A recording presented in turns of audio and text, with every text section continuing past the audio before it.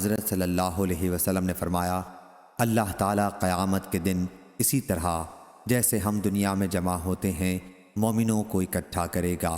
وہ گرمی وغیرہ سے پریشان ہو کر کہیں گے، کاش ہم کسی کی سفارش اپنے مالک کے پاس لے جاتے تاکہ ہمیں اپنی اس حالت سے آرام ملتا۔ چنانچہ سب مل کر آدم علیہ السلام کے پاس آئیں گے، ان سے کہیں گے، آدم علیہ السلام، آپ لوگوں کا حال نہیں دیکھتے کس بلا میں گرفتار ہیں؟ آپ کو اللہ تعالیٰ نے خاص اپنے ہاتھ سے بنایا اور فرشتوں سے آپ کو سجدہ کرایا اور ہر چیز کے نام آپ کو بتائے، ہر لغت میں بولنا بات کرنا سکھلایا۔ کچھ سفارش کیجئے تاکہ ہم کو اس جگہ سے نجات ہو کر آرام ملے۔ کہیں گے، میں اس لائق نہیں۔ ان کو وہ گناہ یاد آ جائے گا جو انہوں نے کیا تھا، ممنوع درخت میں سے کھانا۔ مگر تم لوگ ایسا کرو، نوح پیغمبر علیہ السلام کے پاس جاؤ، وہ پہلے پیغمبر ہیں جن کو اللہ تعالیٰ نے زمین والوں کی طرف بھیجا تھا۔ آخر وہ سب لوگ نوح علیہ السلام کے پاس آئیں گے، وہ بھی یہی جواب دیں گے، میں اس لائق نہیں۔ اپنی خطا جو انہوں نے دنیا میں کی تھی یاد کریں گے۔ کہیں گے، تم لوگ ایسا کرو، ابراہیم پیغمبر علیہ السلام کے پاس جاؤ جو اللہ کے خلیل ہیں۔ ان کے پاس جائیں گے، وہ بھی اپنی خطائیں یاد کر کے کہیں گے، میں اس لائق نہیں۔ تم موسیٰ پیغمبر علیہ السلام کے پاس جاؤ، اللہ نے ان کو تورات عنایت فرمائی، ان سے بول کر باتیں کیں۔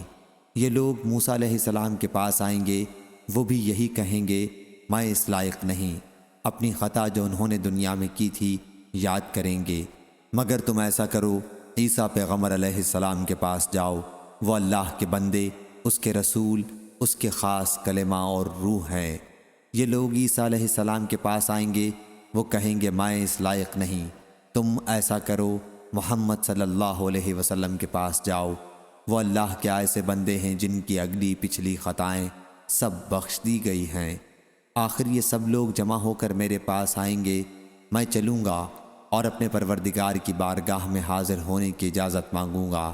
مجھ کو اجازت ملے گی، میں اپنے پروردگار کو دیکھتے ہی سجدے میں گر پڑوں گا، اور جب تک اس کو منظور ہے وہ مجھ کو سجدے ہی میں پڑا رہنے دے گا۔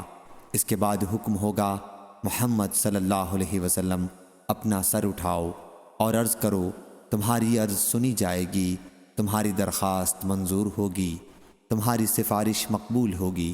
اس وقت میں اپنے مالک کی ایسی ایسی تعریفیں کروں گا جو وہ مجھ کو سکھا چکا ہے یا سکھلائے گا۔ پھر لوگوں کی سفارش شروع کر دوں گا۔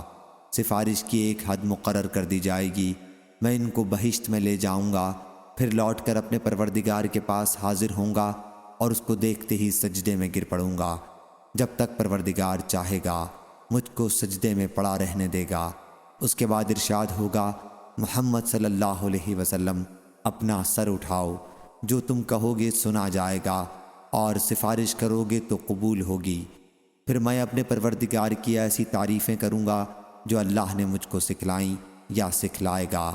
اس کے بعد سفارش کر دوں گا، لیکن سفارش کی ایک حد مقرر کر دی جائے گی، میں ان کو بہشت میں لے جاؤں گا، پھر لوٹ کر اپنے پروردگار کے پاس حاضر ہوں گا، اس کو دیکھتے ہی سجدے میں گر پڑوں گا۔ جب تک پروردگار چاہے گا مجھ کو سجدے میں پڑا رہنے دے گا۔ اس کے بعد ارشاد ہوگا، محمد صلی اللہ علیہ وسلم، اپنا سر اٹھاؤ، جو تم کہو گے سنا جائے گا اور سفارش کرو گے تو قبول ہوگی۔ پھر میں اپنے پروردگار کی ایسی تعریف کروں گا جو اللہ نے مجھ کو سکھائیں یا سکھلائے گا۔ اس کے بعد سفارش شروع کر دوں گا، لیکن سفارش کی ایک حد مقرر کر دی جائے گی، میں ان کو بہشت میں لے جاؤں گا، پھر لوٹ کر اپنے پروردگار کے پاس حاضر ہوں گا، عرض کروں گا، یا پاک پروردگار، اب تو دوزخ میں ایسے ہی لوگ رہ گئے ہیں جو قرآن کے بموجب دوزخ ہی میں ہمیشہ رہنے کے لائق ہیں، یعنی کافر اور مشرک۔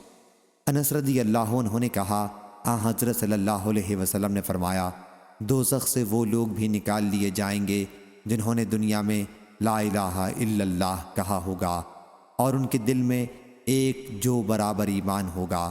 پھر وہ لوگ بھی نکال لیے جائیں گے جنہوں نے لا الہ الا اللہ کہا ہوگا اور ان کے دل میں گیہوں برابر ایمان ہوگا، گیہوں جو سے چھوٹا ہے۔ پھر وہ بھی نکال لیے جائیں گے جنہوں نے لا الہ الا اللہ کہا ہوگا اور ان کے دل میں چیونٹی برابر یا بھنگے برابر ایمان ہوگا۔ صحیح بخاری حدیث نمبر 7410۔